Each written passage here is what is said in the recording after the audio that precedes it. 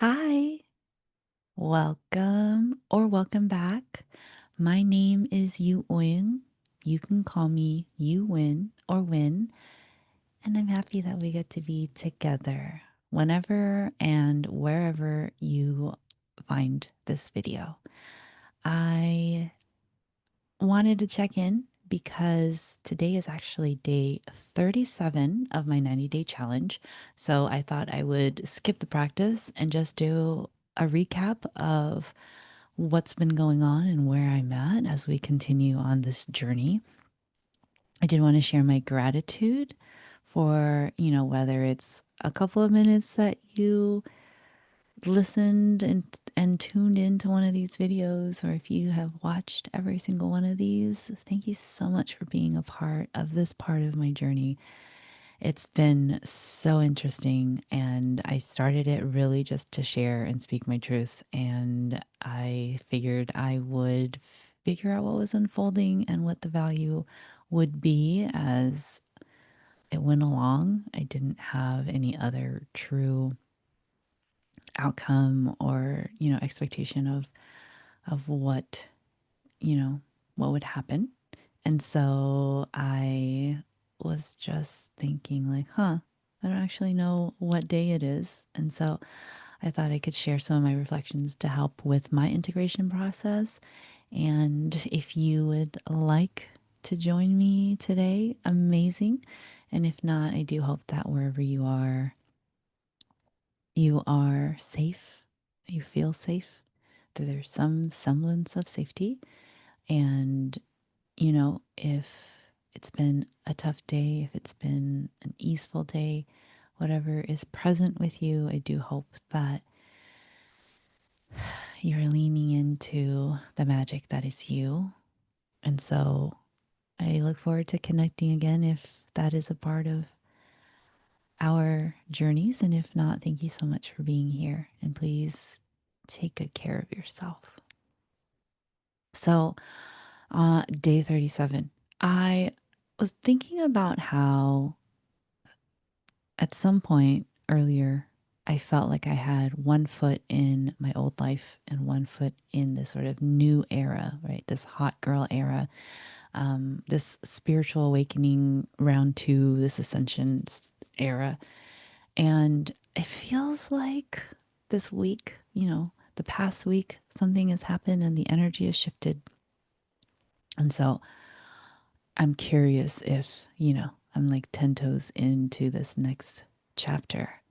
And, I may have mentioned this idea of like putting down roots. Like if I have sprouted from a seed and I'm now a seedling, to sort of imagine that, these practices that I'm doing in the last, several days, whether it's around gratitude, whether it's around, loving on myself and my body. And, what's really standing out is this idea that whatever I think is essentially, me leading my cells and my organs and all of my system, right? And so, really just trying to be mindful and devoted to how I show up for myself and what these thoughts are that I am thinking, and hoping that whatever it is that I am choosing, that it's being supportive of who I am and who I want to be. So that's been a very interesting aspect of the last 37 days. Did I say 37 or 34? 37. 37 days, I believe. And so what else is coming up? Mm,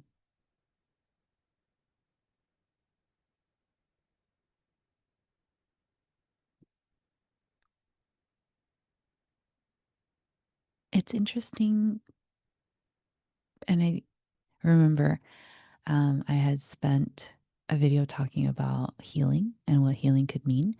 And so, as I've been listening to Louise Hay talk about healing and rediscovering her at this point, In the video that I shared, the link that I shared yesterday, she's talking about love and loving on our bodies to help us heal. And in it, she said, healing. Okay, I don't think this is verbatim, but it's pretty close. Healing is removing what is not true. So if I have a belief that I'm not good enough, healing would be removing the thought or the belief that I'm not good enough. Part of this is going to require our own discernment, right? So if we are seeing and viewing healing as the act of removing things, then we have to be able to have an awareness of what is true and what is not. So, this may require additional work to figure out and to get to a point of believing in and knowing what your true identity is, your true essence, your true self. And so for me, where I'm at, I'm choosing to believe that my essence, my true self, is source energy. And so anything that I discover to not be in alignment with source, I'm going to try to shift. And I did hear, I believe it was Alyssa Nobriga when I was doing her 5-day series last week. She was talking about if we don't provide, a specific example of what to replace a thought or a belief with, then it can be easy to default to what we have already believed, right? And so I remember as I was working on belief work, I call it, from the last year and 10 months, 11 months, I would identify a limiting belief. So let's say the limiting belief was, it's my responsibility to keep my mom alive. I would have to find a new belief that could replace it and, to repeat it so that I could shift away from the old pattern, right? The old belief. So it could be something like, I support my mom's well being. I care about my mom's well being. I believe that, I believe that my well being supports my mom's well being. So that could be the belief that I want to replace the old one with. And so, just to have you consider for yourself, if you are doing any work around limiting beliefs, are you finding a belief to replace it with, right? And so I find that when I write this, it's helpful. When I'm trying to identify limiting beliefs, I write it out and then I try to write the new one that I want to take on, try on, experiment with. And this is all an experiment. You could try a belief, a new one, and you don't really like it. It doesn't really land. The wording doesn't work, right? I believe that words have energy. And it's, um, due to my experiences and, what I've come to know. And so there's probably some limitations in that as well. But if there's a word that doesn't land for you, there's a word that doesn't resonate or inspire you, I'd be curious around, if you were creative in trying different words so that it supports your intention. Excuse me. And so, just this idea that, if healing is processing pain, if healing is bringing love or light to shine on something that has not been treated with love or light, or that has been ignored over the years. So, this new idea around what if healing is removing what is not true? So, that's something that I'm sitting with at this point in the 90-day journey. I was also listening to part of a video this morning by Jadina. Hey, girl, you're amazing. Thank you for all you channel. Thank you for all you share. And I'll share the video that I was listening to. But just some of the energy that I've had this week around my twin and being on my twin soul journey is an interesting place to be. Um, I shared earlier, why I believe the person that I met, the soul that I met is my twin, and sometimes why I doubt that they are. Talked a little bit about, some of the experiences we've had um, this this year. And I think I'm making sense around this this round of spiritual awakening, this hot girl era.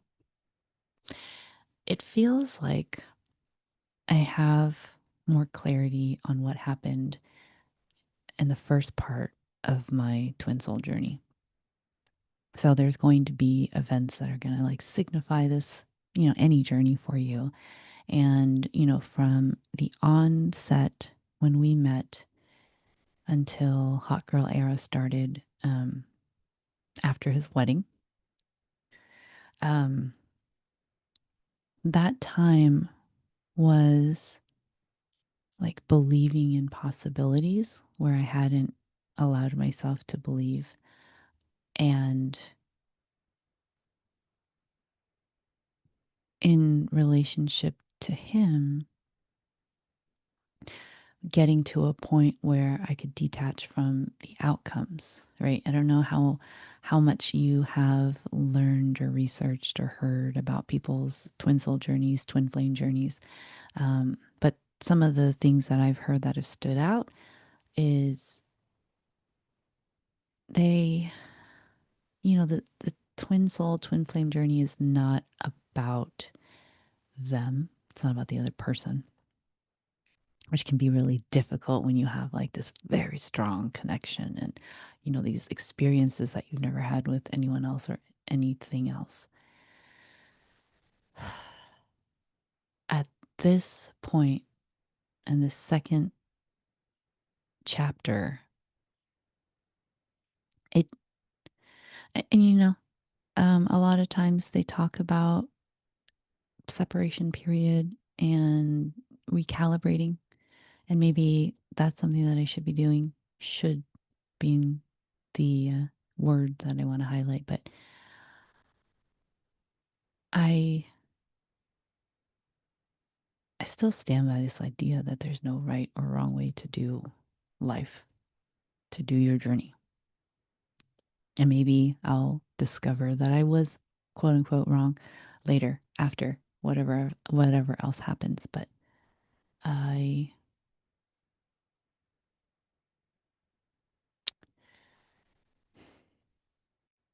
when people talk about being in separation, there's like no contact. So you'll see and hear a lot of like no contact videos and like what they're thinking and what you're going through and what they're thinking and realizing. I guess I just have arrived at this place where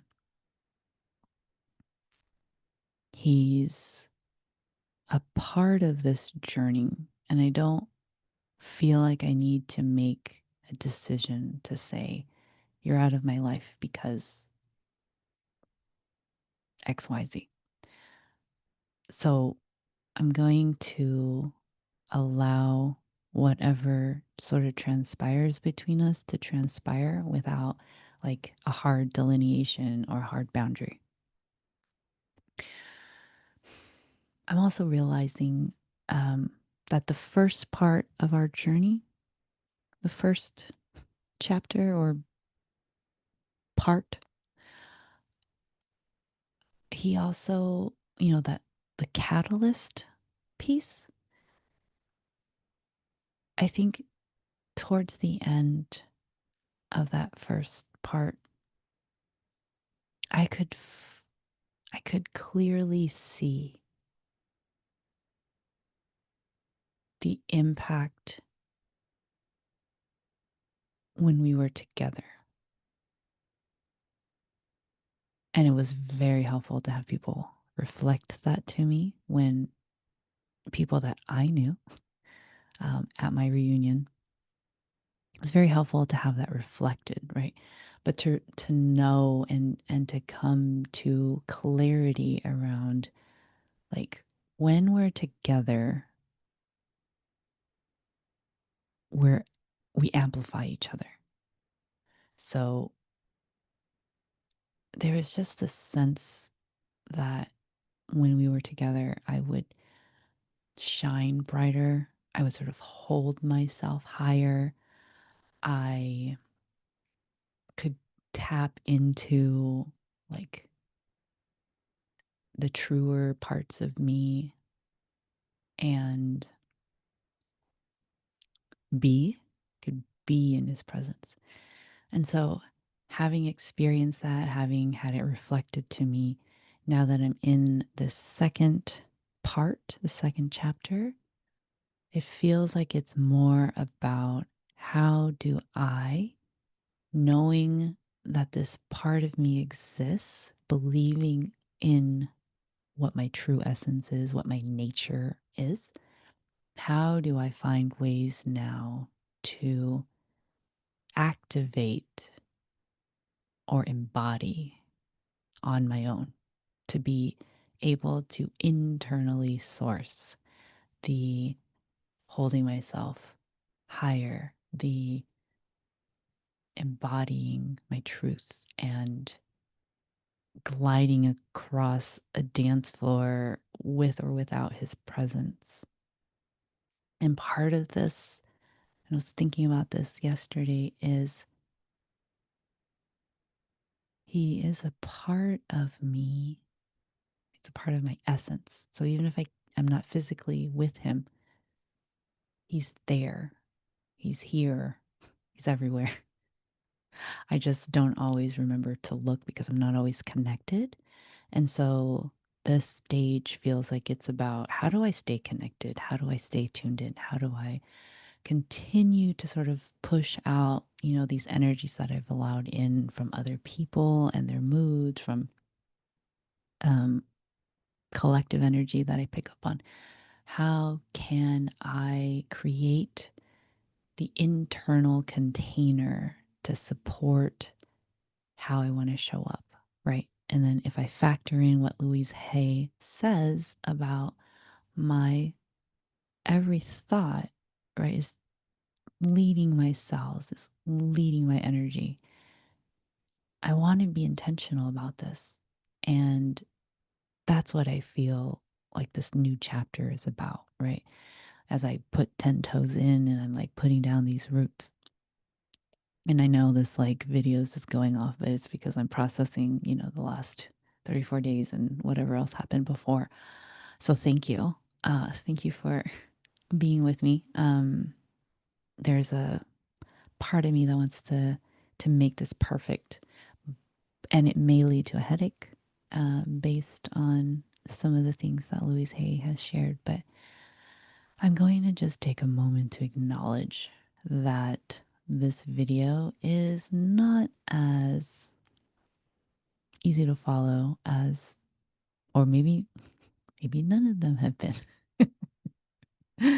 Like, spoken like a Pisces sun with a Gemini moon, Capricorn rising.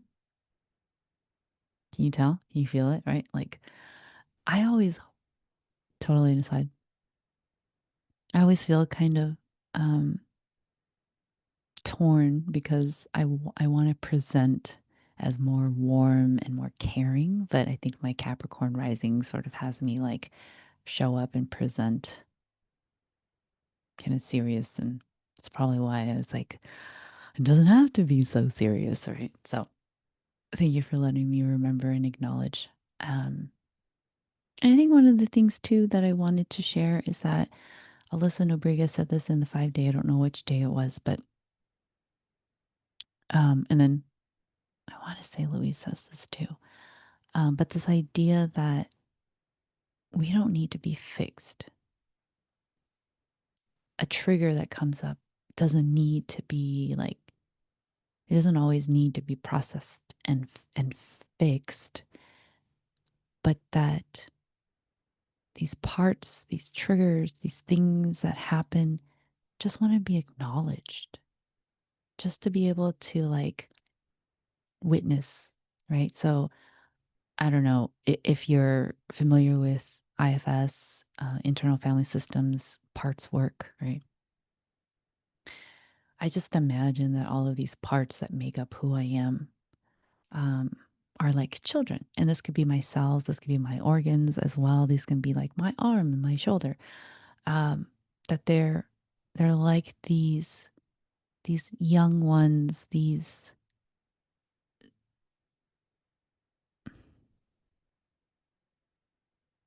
like precious beings that just need to be seen. And we spend a lot of time pushing away and ignoring and avoiding because maybe they're uncomfortable or, there's a story that we tell about it.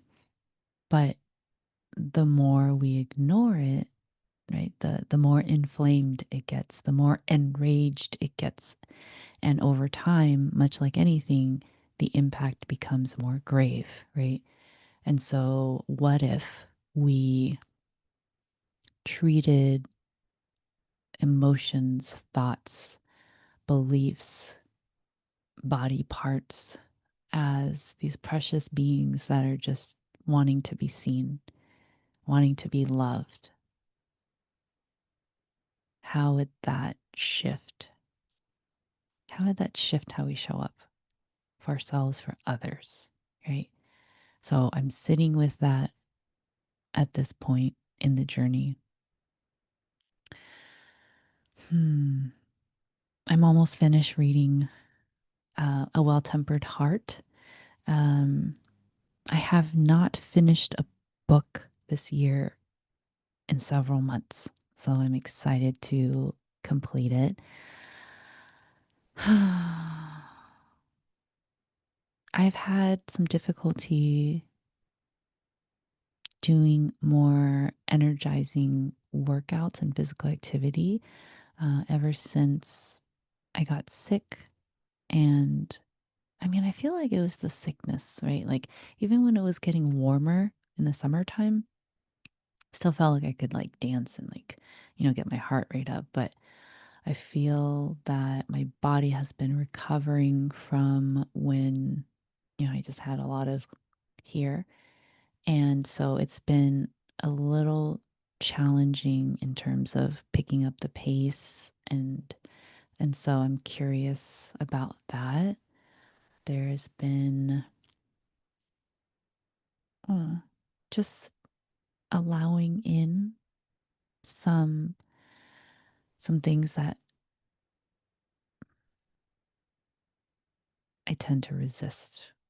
Um, Sometimes asking for help is very difficult. And so when someone offers or something is offered to me, um, I have to kind of navigate the amount of resistance I have. I have been trying to stay open. I've been trying to to say yes to things. And so one of the things that happened today is I had a work meeting and my boss was talking about this program that she recently was trained on and she offered it to me free of charge. And I felt so grateful, especially with all of this energy in the last couple of days. And I was like, oh, I want to allow in and I want to receive this. And so it just felt like a wonderful confirmation of everything that's going on and where I'm at. So I was very, very grateful for that.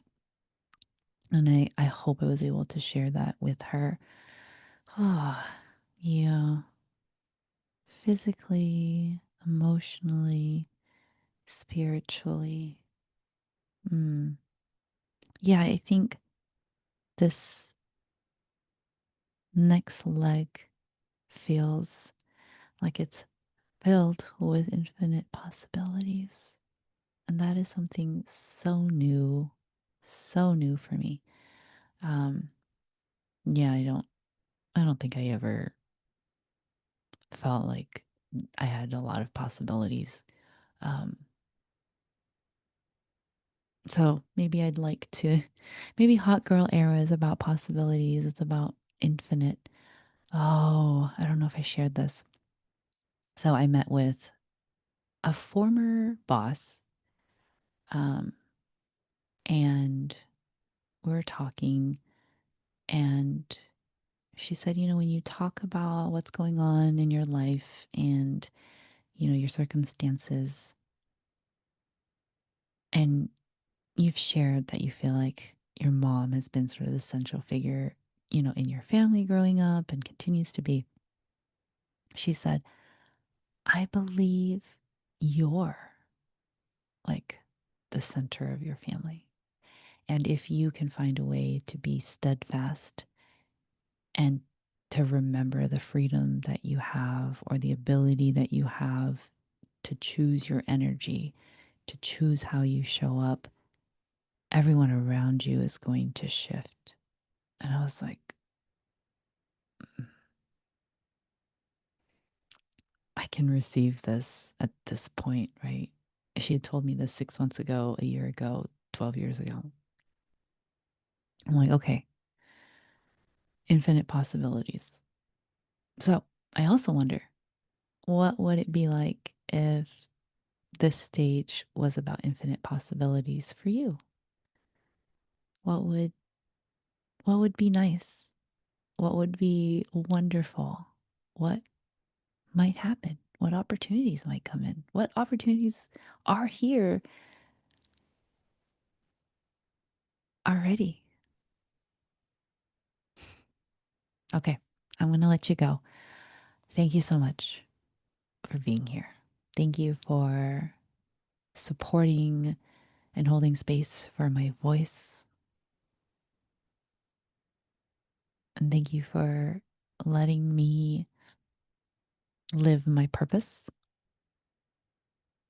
I hope you know, and if you don't, that you soon will come to believe that who you are, who you truly are, is worthy and deserving of unconditional love. What if we're here to shine our unique light? And in doing so, we make the world and the universe a better place. I look forward to connecting with you again soon. Until then, please take good care. Okay, bye bye.